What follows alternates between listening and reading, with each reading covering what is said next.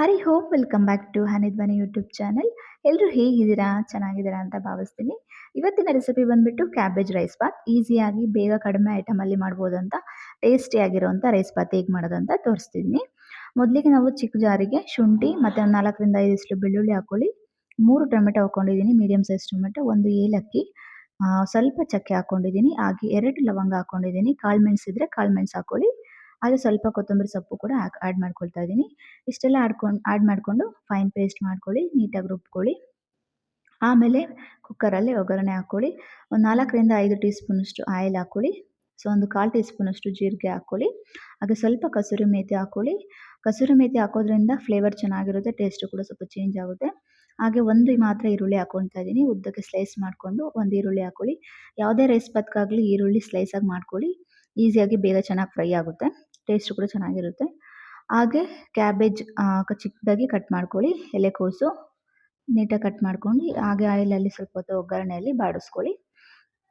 So ಒಗ್ಗರಣೆಯಲ್ಲಿ ಬಾಡಿಸ್ಕೊಂಡ್ರೆ ಸ್ವಲ್ಪ ಚೆನ್ನಾಗಿರುತ್ತೆ, crispiness ಕೂಡ ಬರುತ್ತೆ, ಚೆನ್ನಾಗಿರುತ್ತೆ ಟೇಸ್ಟು ಕೂಡ. ಸೊ ಒಂದು ನಿಮಿಷದಷ್ಟು ಚೆನ್ನಾಗಿ ಬಾಡಿಸ್ಕೊಳ್ಳಿ. ಅದಾದಮೇಲೆ ನಾನಿಲ್ಲಿ ಮಸಾಲ ಪೇಸ್ಟ್ ಮಾಡ್ಕೊಳ್ಳೋದು ತೋರಿಸ್ತಾ ಇದ್ದೀನಿ. ಸೊ ಕರ್ಡ್ ನಾನು ಯೂಸ್ ಮಾಡ್ತಾ ಇದ್ದೀನಿ.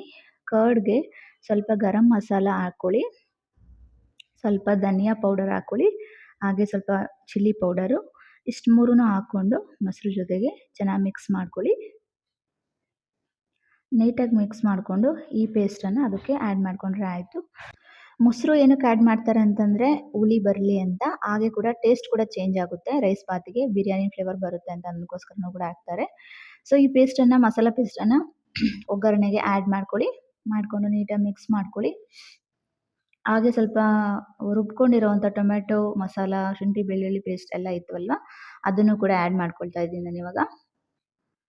ಅದನ್ನು ಆ್ಯಡ್ ಮಾಡಿಕೊಂಡು ಚೆನ್ನಾಗಿ ಮಿಕ್ಸ್ ಮಾಡಿಕೊಂಡು ಒಂದು ಹಸಿ ವಾಸನೆ ಎಲ್ಲ ಹೋಗೋವರೆಗೂ ಒಂದು ನಿಮಿಷ ಬಾಡಿಸ್ಕೊಳ್ಳಿ. ಹಾಗೆ ಅದಾದಮೇಲೆ 1 ಕಪ್ ಅಷ್ಟನ್ನು ನಾನು ಅಕ್ಕಿಯನ್ನು ಯೂಸ್ ಮಾಡ್ತಾ ಇದ್ದೀನಿ. 2 ಸರಿ ವಾಶ್ ಮಾಡಿಕೊಂಡು 1 ಕಪ್ ಅಕ್ಕಿಗೆ 2 ಕಪ್ ಅಷ್ಟು ನೀರು ಆ್ಯಡ್ ಮಾಡ್ಕೊಳ್ಳಿ.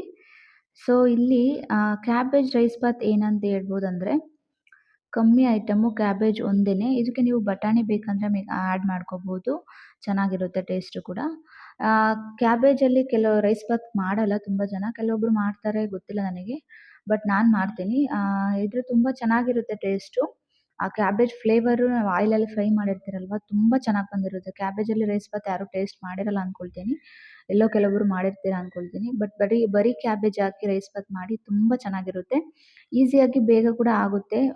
ಕೆಲ್ಸಕ್ಕೆ ಹೋಗೋರಿಗೆ ಅವ್ರಿಗೆಲ್ಲದೂ ಕೂಡ ಈಸಿಯಾಗಿ ಬೇಗ ಮಾಡ್ಕೋಬೋದು. ಟೇಸ್ಟ್ ಮಾತ್ರ ತುಂಬಾ ಚೆನ್ನಾಗಿರುತ್ತೆ, ಕಮ್ಮಿ ಐಟಮಲ್ಲಿ ಬೇಗ ಆರಾಮಾಗಿ ಮಾಡ್ಕೋಬೋದು. ಒಂದು 15ರಿಂದ 20 ನಿಮಿಷದೊಳಗಡೆ ಆಗೋಗ್ಬಿಡುತ್ತೆ. ಸೊ ನಾನು 1 ಕಪ್ಪಿಗೆ 2 ಕಪ್ಪಷ್ಟು ನೀರು ಹಾಕ್ಕೊಂಡು ಹಾಗೆ ತುಪ್ಪ ಕೂಡ ಹಾಕ್ಕೊಂಡಿದ್ದೆ. ತುಪ್ಪ ಹಾಕ್ಕೊಂಡ್ರೆ ಯಾವುದೇ ರೈಸ್ ಬಾತ್ ಆಗಲಿ ಫ್ಲೇವರ್ ಚೆನ್ನಾಗಿ ಬರುತ್ತೆ. ಸೊ ಈಗ 2 ವಿಷಲ್ಸ್ ತೊಗೊಂಡಿದ್ದೀನಿ. 2 ವಿಷಲ್ಸ್ ಆದಮೇಲೆ ಈ ಥರ ಚೆನ್ನಾಗಿ ಬಂದಿದೆ. ಯಾವಾಗಲೂ ರೈಸ್ ಬಾತ್ ತುಂಬ ಗಟ್ಟಿಗೆ ಮಾಡ್ಕೋಬೇಡಿ, ತುಂಬ ತೆಳ್ಳಗೆ ಮಾಡ್ಕೋಬೇಡಿ, ಮೀಡಿಯಮ್ ಕನ್ಸಿಸ್ಟೆನ್ಸಿಯಲ್ಲಿರಲಿ. ಇದು ಕರೆಕ್ಟ್ ಕನ್ಸಿಸ್ಟೆನ್ಸಿ ಇದೆ. ಸೊ ನೀಟಾಗೆಲ್ಲ ಮಿಕ್ಸ್ ಮಾಡಿಕೊಂಡು ಮೊಸರು ಬಜ್ಜಿ ಮಾಡ್ಕೊಂಡಿದ್ದೆ ಕಾಂಬಿನೇಷನ್ಗೆ. ಚಟ್ನಿ ಬೇಕಂದರೆ ನೀವು ಚಟ್ನಿ ಕೂಡ ಮಾಡ್ಕೋಬೋದು, ಕಾಯಿ ಚಟ್ನಿ. ಸೊ ನಿಪ್ಪಟ್ಟು ಏನಾದರೂ ಇರಲಿ ಕಾಂಬಿನೇಷನ್ ಮಾಡ್ಕೊಂಡು ತಿನ್ನಿ, ತುಂಬ ಚೆನ್ನಾಗಿರುತ್ತೆ ಟೇಸ್ಟ್ ಮಾತ್ರ. ಏನೋ ಒಂಥರ ಡಿಫ್ರೆಂಟ್ ಟೇಸ್ಟ್ ಫೀಲ್ ಆಗುತ್ತೆ. ನೀವು ಕೂಡ ಟ್ರೈ ಮಾಡಿ ನೋಡಿ. ಹಾಗೆ ಈ ವಿಡಿಯೋ ನಿಮಗೆ ಇಷ್ಟ ಆಯಿತು ಅಂತ ಭಾವಿಸ್ತೀನಿ. ಮುಂದಿನ ವಿಡಿಯೋದಲ್ಲಿ ಒಂದೊಳ್ಳೆ ರೆಸಿಪಿಯೊಂದಿಗೆ ಮತ್ತೆ ವಾಪಸ್ ಬರ್ತೀನಿ. ಅಲ್ಲಿವರೆಗೂ ನಮ್ಮ ಚಾನಲನ್ನು ನೋಡ್ತಾ ಇರಿ, ಶೇರ್ ಮಾಡ್ತಾ ಇರಿ, ಲೈಕ್ ಮಾಡ್ತಾ ಇರಿ, ಹಾಗೆ ಮರೀದೆ ಸಬ್ಸ್ಕ್ರೈಬ್ ಮಾಡಿ ಅಂತ ಕೇಳ್ಕೊಳ್ತೀನಿ. Thank you for watching.